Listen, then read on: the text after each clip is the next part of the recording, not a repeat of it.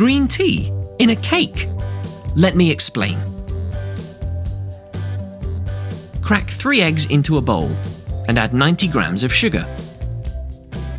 Whisk them together completely. Then add 1 teaspoon of vanilla extract, 30 grams of melted butter, and 45 milliliters of milk. Whisk those ingredients in. Then sift 95 grams of cake flour and 10 grams of matcha powder through a sieve. This will help prevent any lumps from getting into the mix.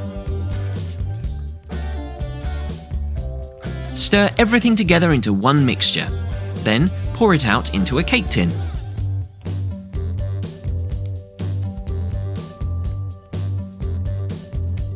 Bake at 180 degrees for 30 minutes.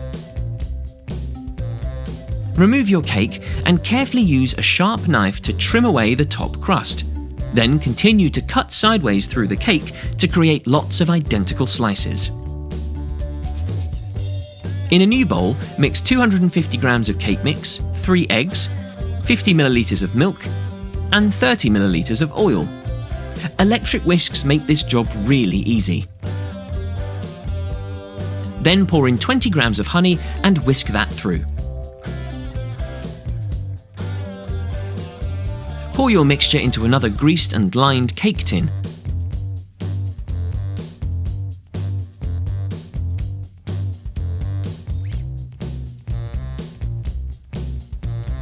Then you can bake your cake mix for 30 minutes at 180 degrees.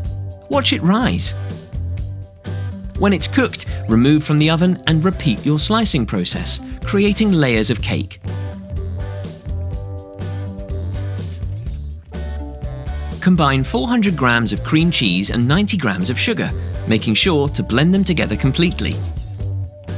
Sift in 10 grams of matcha powder to produce the fantastic greenish hue in your cream.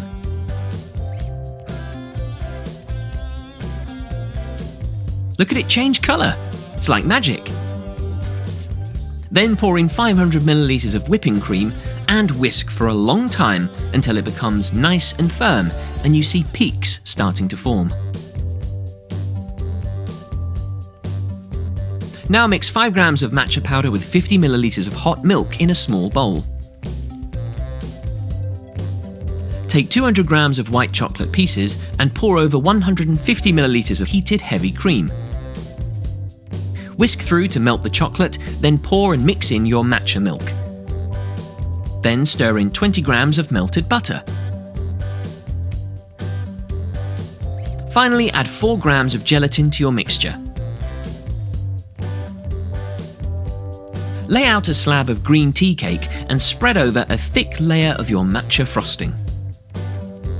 Now do a layer of honey cake, more frosting, and keep repeating until all the layers of cake are stacked up nice and high.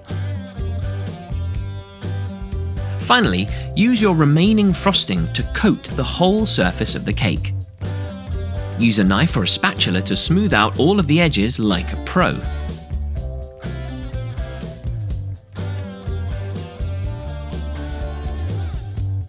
Look at that!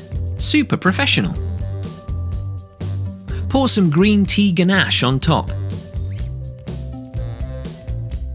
Carefully push it towards the sides, allowing it to drizzle just over the edge.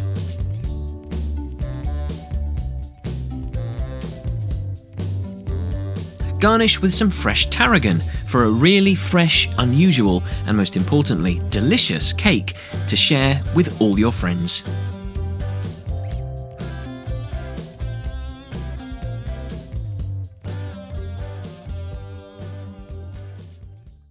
Look at this tasty dish! To make it, mix 4 eggs with 100 grams of sugar. Then pour in half a teaspoon of salt and vanilla extract and 500 milliliters of milk. Whisk everything through. Next, use a sieve to sift 160 grams of cake flour into the mix. This will help remove any lumps. Then whisk it through until smooth.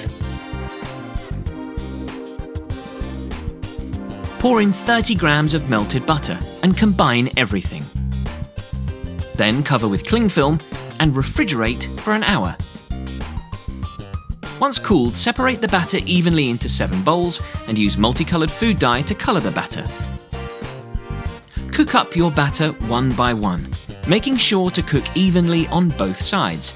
And remember, use a non-stick pan and clean your pan in between each crepe.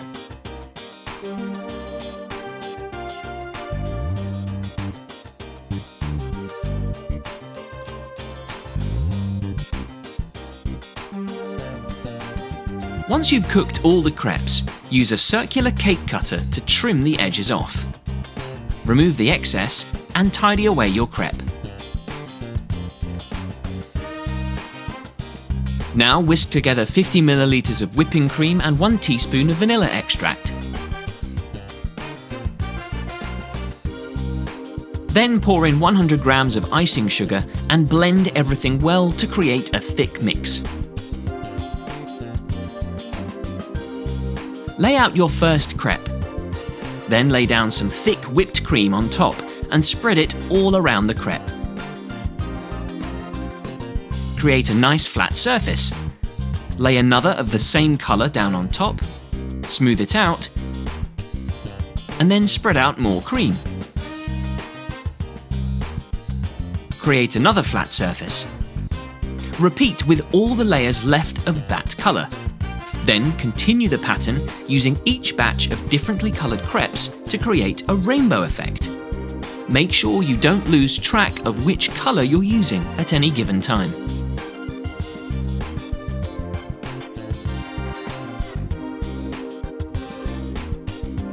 Once you reach the final crepe, spread out more whipped cream in a thick layer.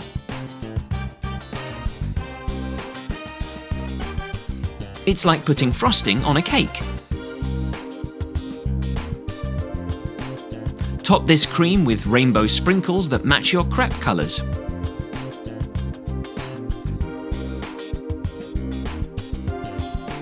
Finally, you can step back and take in your work.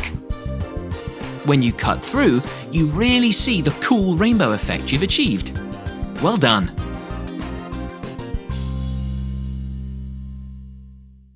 There's no such thing as too much chocolate, so we're making a double-layered chocolate ganache cake, dressed with strawberry Kit Kat candy bars as decoration, and topped with fresh, juicy strawberries.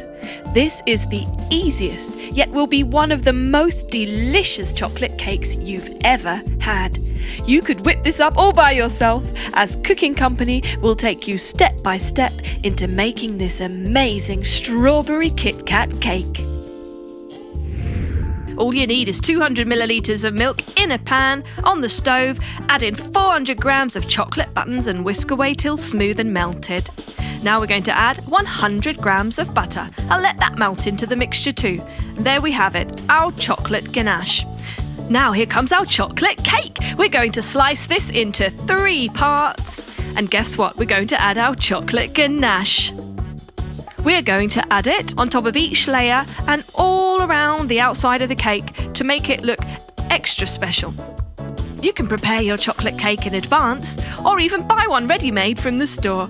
So if you're looking for a very easy and ultra-effective cake recipe, then this could be the one. So by adding this chocolate ganache and layering it like so, you're really adding a very, very special touch. It was a very basic chocolate cake and now look at it. It looks absolutely delicious. With a spatula, smooth it all around the edges, completely covering our chocolate cake layers, and there we have it. Now, it's time to decorate. Let's get our little mini Kit Kat strawberry bars. We're going to stick them together using melted white chocolate. You could put this in a piping bag to make it easier. It kind of acts like glue. We're going to stick our Kit Kats vertically so we can put them all around the edge of our cake. It also creates a deepness, a kind of basket effect on the top of the cake, so we can put inside that basket our fresh strawberries and some strawberry flavoured buttercream. Again, you can prepare that in advance or buy it ready-made from the store. For finishing touches, we'll add a strawberry coloured ribbon around the edge. Look at that. Beautiful. In fact, it's so beautiful, I don't think I want to cut it. Nah, come on, let's have a slice. The Kit Kats make it super easy to slice your cake evenly. Fantastic! If you like coffee as much as you like cake, this is the recipe for you. Place a glass bowl over a pan of hot water and whisk together 3 eggs and 100 grams of sugar. Remove from the heat and then whisk further. Add 1 teaspoon of vanilla extract and 10 grams of honey and whisk these into the mixture too.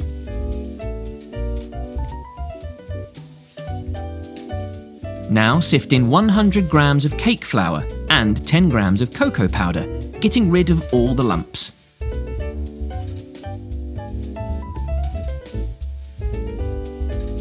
Mix everything together by hand with a whisk. When combined, add 50 milliliters of milk. Stir that through, and then add 30 grams of melted butter.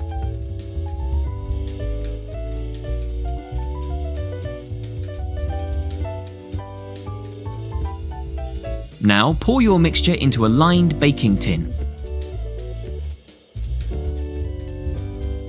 Then it's time to bake at 170 degrees for 30 minutes. While it cooks, put a glass bowl over hot water and combine 2 egg yolks with 30 grams of sugar. Whisk together. Then add 4 sheets of gelatin and combine it all.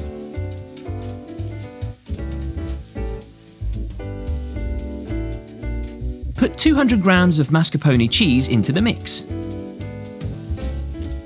Pour in 150 milliliters of whipping cream and thoroughly whisk that through as well.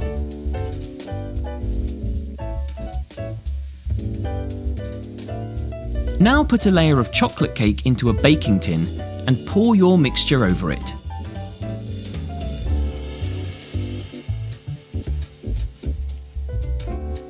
Smooth out the mixture with a knife and refrigerate for 20 minutes.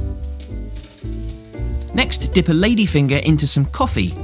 Let it soak up, and then it's time to lay out a lot of these fingers on top of your mascarpone layer. There we go. When it's covered, you can pour over the rest of your mascarpone mousse on top.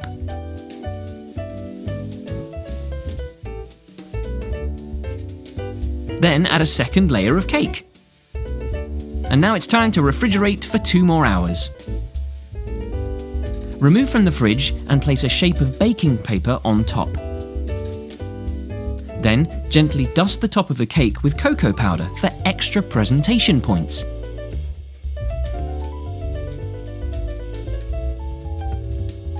Remove the paper carefully. Then pipe chocolate ganache over the side without the chocolate powder. Let it dribble all over the sides of the cake.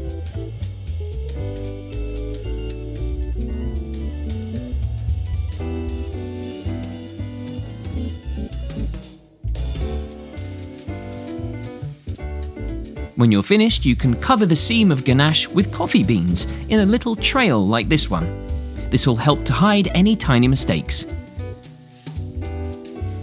And there we are.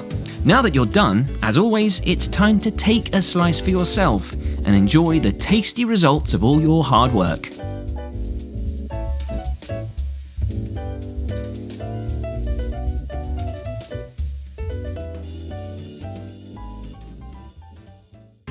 Celebrate every occasion with this delicious peppermint overload cake, an easy cake recipe combining the flavour of chocolate with peppermint candies. It's a perfect dessert to serve your family and guests, leaving you loaded with a minty flavour, topped with luscious mint chocolate and smothered in a mint spiked chocolate coating. Cooking Company will take you step by step into making this melt-in-your-mouth peppermint overload cake.